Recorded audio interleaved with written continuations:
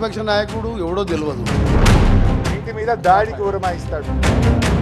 కోవట్టు cheater గాడు. మమ్మల్ని ఎక్కడైతే టచ్ చేయకూడదో మీరు టచ్ చేసిండ్రు. నువ్వు అంతా నీకు గులగులు ఉంటే నువ్వు ఒక్కడు రావచ్చు కదా. నాకు దూకుడు ఎక్కుంటే దానం నాగేందర్ గారు గోకుడు ఎక్కువ ఉన్నది. అలా పని అయిపోయింది. కానీ ఆ కుర్చీ పరువు తీయకు రేవంత్ రెడ్డి.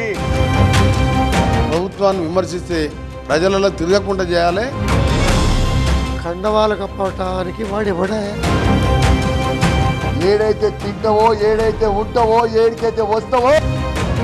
నిన్న మొన్ననే ఎమ్మెల్యేగా గెలిచి ఇంత రెచ్చిపోయి మాట్లాడాల్సిన అవసరం లేదు. ఓ ఏసీపీని, ఓ అడిషనల్ డీసీపీని ఎస్కార్ట్ పెట్టి దాడి చేపిస్తారు. 16 సీట్లలో డివైడ్ పోతే బుద్ధి లేకుండా వాడు మాట్లాడాడంటే అది పార్టీ మాట, వాడి వ్యక్తిగతమైన మాట ముందు తేల్చాల్సిన అవసరం ఉంది. ఇంకా డబ్బులు మాట్లాడతా గుర్తుపెట్టుకొని ఇవాళ నుంచి కంకణం కట్టుకుంటా. లేకపోతే నువ్వు గాజులు తొడుకోవాలి, చీరలు తొడుకోవాలంటే ఎడుకుంటాడు. మీరు మొదలు పెట్టినరో ఇక మేము దాన్ని ఎట్లా ముగిస్తామో చూడండి.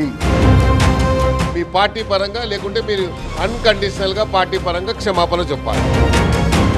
నోరు మూసుకొని ఉండేటోళ్ళం కానే కాదు.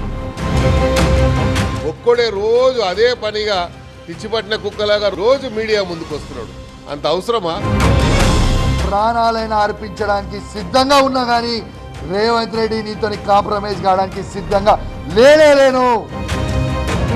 నేను పార్టీతో తెలుసుకుంటా, నీతో వ్యక్తిగతంగా దేనికైనా సవాల్. ఇవాళ తెలంగాణలో మరొక ఉద్యమానికి ఇవాళ నాంది పలికిరు మీరు.